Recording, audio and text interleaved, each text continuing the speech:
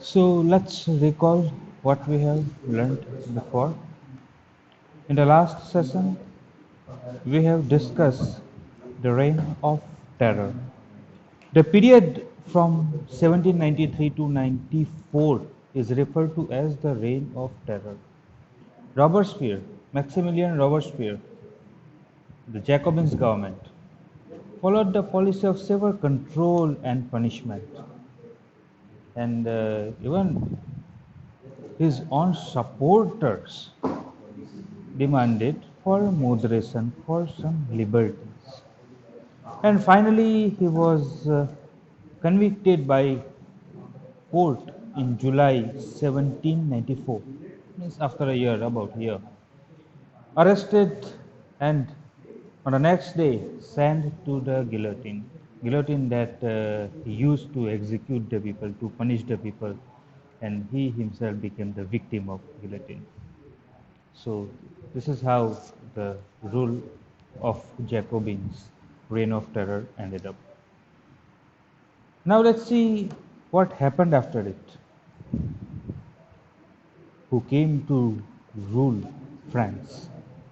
So in France, a directory rule came. What was it? So let's learn about it. A directory rule in France. A fall of Jacobin government allowed the wealthier middle class to seize powers. As you know that Jacobins government is made up of commoners, common people. And now, after fall of the Jacobins, the wealthier class that got opportunity to seize power. A new constitution was introduced which denied the vote to non-proprietary section of society. As the constitution of 1791 granted votes to the active citizen, men above 25 with property, and Robespierre's government that allow universal male suffrage, 21 and above, men all above 21 or above age. Regardless their wealth, they granted right to vote. But now again, the new constitution denied the right to vote to non-proprietary sections of the society. It provided two elected legislative council. The new constitution provided two elected legislative council and an executive made up of 5 members called directory. A new provision of directory was a political body, executive body, comprised of 5 appointed members. Members of directory appointed by the two legislative councils. This was meant as a safeguard against the concentration of powers in one-man executive, like in Jacobins. That France experienced, right, that concentration of powers and that effect of it, negative effects of it. So to avoid, to get safeguard against the concentration of powers in one-man executive, here members of 5, executive body with the 5 appointed members. However, the directors often clash with the legislative councils and who then sought to dismiss them. So like clashes between the legislative council and the directory. So which led the political instability in France, which paved the way for the rise of military dictator Napoleon Bonaparte. Right? So about Napoleon Bonaparte, we shall learn in the upcoming topics. So this is how that Napoleon came to power and the directory rule was ended up. Through all these changes in the form of government in France, from monarchy to constitutional monarchy, from constitutional monarchy to the republic, from republic to the directory rule, and from directory rule to military dictatorship. So different forms of government within short period of time France had experience.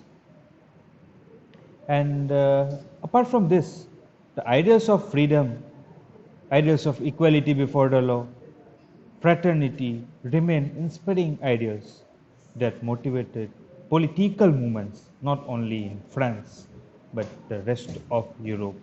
during the following centuries. And about those movements, we shall learn in next year, 10th standard. Understood, boys? Any doubt till here? Now let's see some other spheres of the revolution, like revolution and women. Did women have a revolution? About the women's participation in revolution, we have seen in brief. Now let's discuss the condition of women and their participation in the revolution as well as output. So from the very beginning, women were active participants in the events which brought about so many important changes in the French society. They hoped that their involvement would pressurize the revolutionary government to introduce measures to improve their lives. Their hope to get better life, improvement in their life. Why so? Because condition of women in the France as well as in other parts of Europe was not good. Like most of the women in third estate had to work for a living. They worked as laundresses, sold flowers, fruits, vegetables at the market, or were employed as domestic servants in the house of prosperous people in the third estate as well as in the aristocrat manors. So they had to work for a living and they got paid less. More, most women did not have access to education or job training. They had to do like that basic kind of labor work or basic work because they were not allowed to get job training and they didn't have right to education. However, only daughters of nobles or wealthier members of the third estate could study at convent. I told you about the convent, that the building, community, a complex belong to religion, especially in Christianity. So schools were set up by the convent, the community. So aristocrats, clergy, as well as some of the wealthier class of the third estate sent their girls for study to convent. Not all, but those who were liberal. But after that, their families arranged their marriage, right, for them, and sometimes against their will.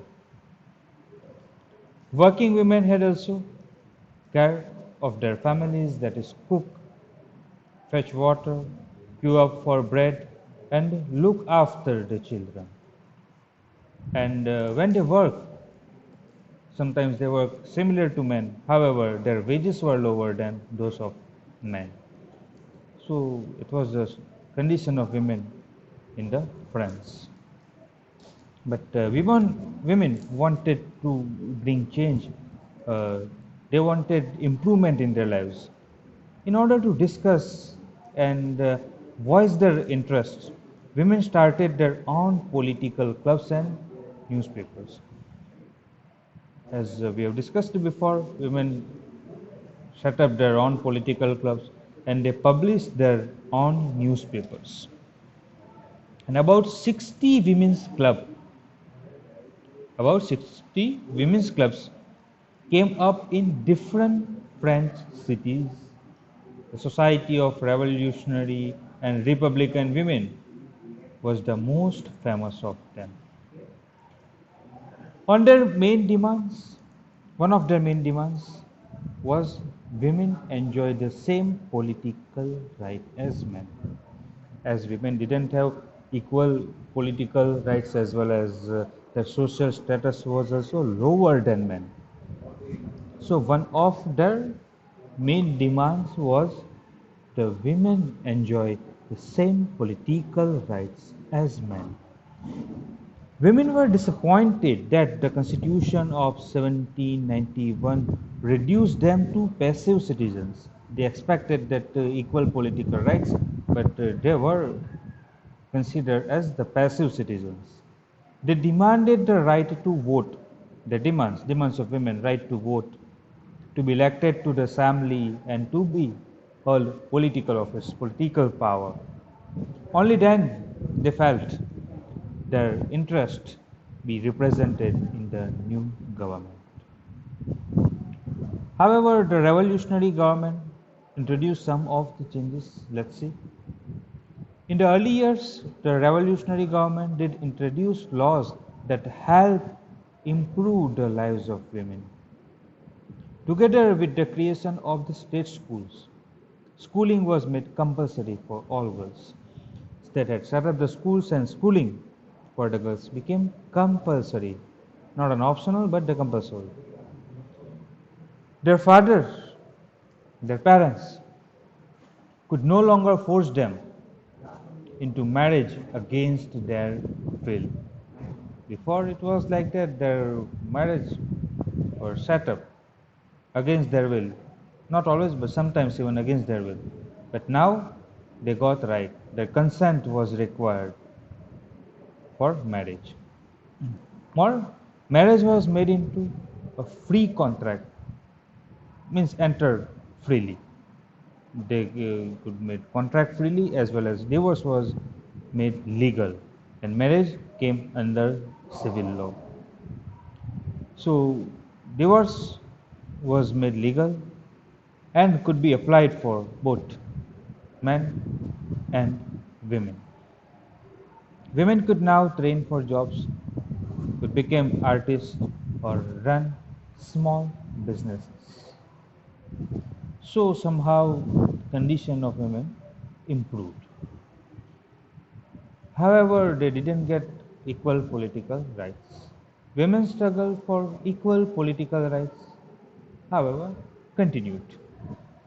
During the reign of terror, new government issued laws ordering closure of women's club and banning their political activities, as Robespierre used that severe policy as we have discussed. And he ordered to ban all the political clubs as well as their political activities became forbidden.